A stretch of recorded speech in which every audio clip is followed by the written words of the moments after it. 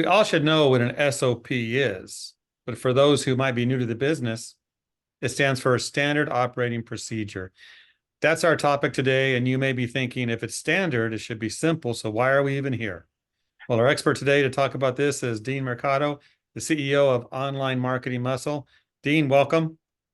Thank you, Jeff. I'm so glad to be with you here again today. Thank you. Yeah. SOP. It's pretty simple, Dean. Why are we here? Tell us about it. Right. Well, in all honesty, Jeff, after logging somewhere between 10 and 20,000 hours of coaching entrepreneurs, and many of them from the cleaning industry, one of the biggest breakdowns that I encountered over the last 2 decades is the lack of systems, processes, and procedures. Systems, processes, and procedures. And then they wonder why. They're getting roller coaster result. They're not getting the right results out of their people. They're not getting the right amount of leads into their business. The sales is not where they'd like it to be. And a lot of these tie back to this same issue about, okay, well, let's clean it up. Let's standardize something really. And then let's make sure that we put those controls in place to measure, to make sure that we're doing what we said we wanted to do. Right? So not as easy as it sounds, so to speak. So what I figured we'd get into today, and for all of you out there listening, Jeff did chop me down a little bit on this one to try and because we could talk for hours on this. So out of respect for what Jeff said, we're gonna cover 5, but I'll give you some honorable mentions at the end. And let's dive right in. Aspire has done an amazing job of getting us to look at the right numbers, like the cost of drive time. We load everything in that we need for the job and actually get a price spit out. We've been able to increase gross margin by 4 percentage points. Now I've got data that I can make real business decisions with. First, and these are in order of what I think is the most important. The first and most important one out there is having an SOP for lead generation. How are you going to generate leads on a consistent basis into your company? Now, I know most cleaning companies tend to take what I call a reactive posture. They sit back and they wait and they hope that somebody's going to call, the phone's going to ring, somebody's going to refer them, whatever that looks like. Or they're going to hope that one of their existing clients doesn't say, you know what, I'm done. And this happens all the time. And especially what I see this a lot in the commercial side too. We got to be very careful in the commercial cleaning side. They tend to have maybe less clients, but bigger. And if one of those big clients goes away, that commercial cleaning company, they're gone. So that reactive posture does not work. What I'm suggesting is a more proactive posture, being on top of what it is you want to create. So when we talk lead generation is big. It's a big animal. All I'm going to suggest to you is take your number one marketing tactic for generating leads and build that procedure out. Document that procedure. So this way, you're making sure that you're doing the one thing that you know works the best for you, the right way, the best way every single time. And in your standard operating procedure, you're not only going to document what's going to happen, how it's going to happen, who's responsible for it. You can also be documenting what the measurements or controls are that are needed to make sure that it's happening, right? So let's say you're a residential cleaning company. Bottom line is you want X amount of leads, let's say from your website every single month. Let's say you want 30. You want 30 leads generated through your website each month. That's an average of 1 a day, right? Well, how are you measuring that? How are you ensuring? Are you sitting back because you built a website 3 years ago, you're sitting back waiting and hoping that somebody's going to visit your website? Or do you have a procedure for driving traffic to that website, making sure that the website can do what you're asking it to do? So lead generation, pick one tactic. So it'll be lead generation, speaking, lead generation, Facebook ads, lead generation, whatever it is. Pick one. That's your number one. Now, let's dovetail that with the second item, which is lead conversion. Lead conversion, an SOP for lead conversion. How are you going to convert that lead that comes in to a paying client, right? Sounds easy. Some of you are great at it. Some of you have an amazing percentage that you do when it comes to closing sales. But a lot of you don't. And the bottom line is, until you document it, until it's down on paper, until it's a followable process, you're stuck doing it. You're the one who has to do it all the time. Now, what happens if you want to retire? What happens if you get sick? What happens if there's something else that really needs your attention in your life? What are you going to do then? Right? So, yeah, it's nice to feel all mighty and great because we could close sales like crazy. We're the best. But you know what? The key is to make your business not need you. And I hate to say it that way. I don't want you to feel like nobody loves you anymore. We do. We love you. The bottom line is you've got to build the business so that it can operate without you. Otherwise, you just built a job. And that job will not be able to function without your presence, without you taking it on and doing it for whatever. And many times I see people also blaming, well, I hired this person to help with sales and then I'm not getting anything out of it. Well, do you have an SOP for it? Have you trained them to follow that SOP? Is that SOP easily accessible to them so that they could see it and follow it each and every time? So bottom line, this is about sales. Lead conversion is about your sales process, which is a little bit bigger, but your main procedure. When a lead comes in, let's say it comes in by phone, document that process. How do you handle that lead that comes in via phone? What form are you filling out, right? Are you giving them a quote right over the phone? What does this whole procedure look like? Lay it out so your team could play it out, right? That was the second one. Let's get into the third one. Now, we work so hard to get those new clients in. This one tends to spread across your entire organization. And this is about employee onboarding, training, right? Going forward. You're going to bring a new employee to your team, right? What are you doing to train them and develop them? What does that process look like? And it should be the same no matter who you're bringing on, right? So you want to have a proper training. In my company, for example, we have a 90-day onboarding, right? Where there are specific things that are happening throughout that 90-day period, including in our SOP, when, in the first 2 weeks, we're having daily huddles with that particular person. And it could be 15 minutes, right? If needed, sometimes there's one at the beginning of the day, one at the end of the day. And then after 2 weeks, we move to once a week, right? And then after 2 months, we just meet them again in a month. But after 90 days, we kind of know whether or not they're a good fit for us, we're a good fit for them.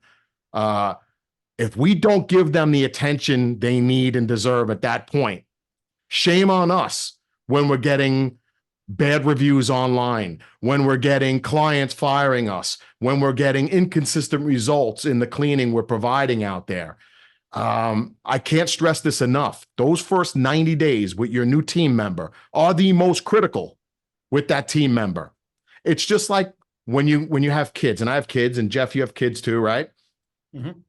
Those first several years of their life are the ones that form how they're going to go forward in so many ways. Those forming years, right? That's what I'm talking about. It's about you establishing the proper rhythm, the proper loving and caring with these employees that you really need to. And they, in turn, will extend that to your clients, which is ultimately what we want. So big time. Then we're going to come back to the client side of it. And I'll say the same thing about clients as my number 4. It's going to be the client onboarding, right? That we're supposed to be doing. And it's about, I would add into that, not only just the onboarding, but the communication. What's going to be the communication rhythm we're going to put in place on how often we're going to communicate with our clients to make sure that there's always dialogue going on. And it's not just when something's wrong, right? So how you onboard a client is critically important to how they feel about you going forward. If you onboard them correctly, chances are, if once you start doing the cleaning for that particular company, they're going to think differently about you. And they're going to look for the good in what you do, not the bad. And that's the difference. And Jeff, you and I did a session a while back about negative reviews, Mhm. This is the crux of why many companies get negative reviews. They don't do a proper onboarding. They don't set proper expectation. And what happens? They get slammed. The client has a crazy notion in their head, maybe sometimes, of what they think they're supposed to be getting. And then when they don't get that, they're pissed, right? So that's a big fourth one, how you onboard that client. Now I'm going to give you the fifth. And this is my least favorite. And I say this because I personally believe that you're better off being a great marketer and salesperson and being just good at what you do in your business, delivering and fulfilling on what you say you do, than being great at what you do, fulfilling on what you do, and being an marketing and salesperson, right? I've seen too many best kept secrets out there, right? They're great at what they do, but you know what? They suck at marketing. They just can't market and sell, and they don't last very long, right? Or they struggle the whole way through. But this fifth one that I'm going to throw at you, this has to do with your cleaning protocols, right? Your cleaning machine. What does that look like? You know, do you have checklists in place for how you want things cleaned, how you want them taken care of? That flow of how you're going to fulfill on what you sold, right? Having a standardized protocol on what that looks like is critical, because too many of you have numerous teams out there, and each team does a completely different job. And there's no standardization, right? No follow-up and no good follow-up and follow-through. Most of us as owners were doing this, we're peeking through our fingers to see, well, you know, maybe I didn't hear anything bad, so they must have did all right. No, not good. Don't go there. So that's the fifth one I wanted to give you, is to let's get that signature system is what I like to have. What's your signature system? What does that look like? What are you going to do when you get out there and deliver what you said you were going to deliver? Right? So this way, there's congruency between what you said when you were selling, when you were marketing and selling, and what you deliver. You want them to be exactly the same. You want them to feel the same. You want them to be perceived the same, so on and so forth. So that's the 5. Now, any questions on those, Jeff, before I throw out some honorable mentions? Yeah, I know you got a few more. And I guess one question I would have, Dean, is you talked about these concepts, these SOPs. Are these to be documented, part of a company protocol written out? Yes, Okay. absolutely. See this? Yeah, let's see it. This is our template here. On the back, there's for an appendix for any supporting documentation. Okay. But we have a specific template that we document all of our SOPs in. You know, if anybody reaches out to me and they want that, I'm happy to share it with them. It's never an issue. Yeah. So Dean's information's down below in the video description for those that want that. Yeah. And I'll tell you, it's not that complicated, but I've had the luxury of working in big corporate America for some of the best big corporations that existed at that time on the planet. And they taught me a lot. And those companies were very extremely organized when it came to SOPs and systems. And I was driving a lot of that. Got into ISO 9000 and all kinds of crazy stuff. So I know what I'm doing because I learned from the best, right? And I'd say this is pretty simple. Yeah. What we got here. It's not that complicated. However, the vehicle that you deliver this in makes a big difference. Now, you can't take it, throw it in a big binder like this on the shelf and say, oh, we did it. We documented everything. That's not what I'm talking about, right? You've got to find a way of how do you make these readily available for your team? How are they accessible? For us internally, we use a project management system called Asana, and we document a lot of our SOPs in Google Docs. And every time we assign something to somebody, the accompanying work instruction or SOP is linked right in there in their task. So every time we assign a task, the SOP accompanies it, right? So as well as you got to do training and stuff like that, but you've got to find a vehicle that works for your company. Now, I'm not saying all of you need a project management software that may not fit your company, but I'm just saying that there are lots of ways you can do that. But the idea is you need to make it readily available so that there's no excuses, right? It's got to be easy to edit, easy to update, right? In one spot for people to find. So whatever that looks like for you. And I'm happy to talk to anybody about what that could look like for them if they want to talk. I'm, always right. try and make myself available. Yeah, anyone that wants to reach out to Dean can do so. You mentioned the large company you worked for before. It doesn't matter the size of the company. You need these SOPs, correct? That's right. Absolutely. And no matter who we were consulting into, we were bringing this knowledge in and helping them do this in their companies. And, there's reasons why those companies were the best consulting companies on the planet.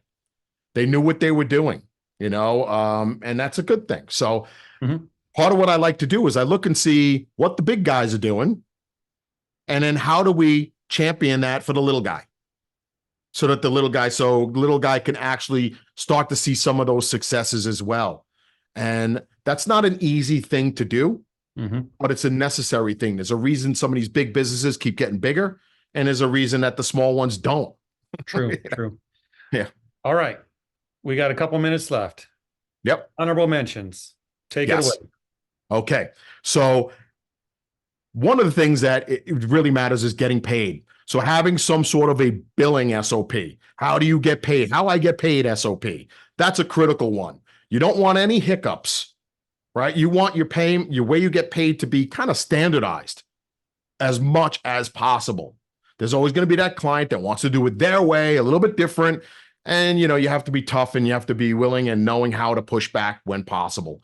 You have to have some flexibility, but you got to have that SOP and draw the lines for your team so your team knows where they could push and kind of change things up a little bit and where you don't want them to, what's unacceptable for them. So billing is a big one.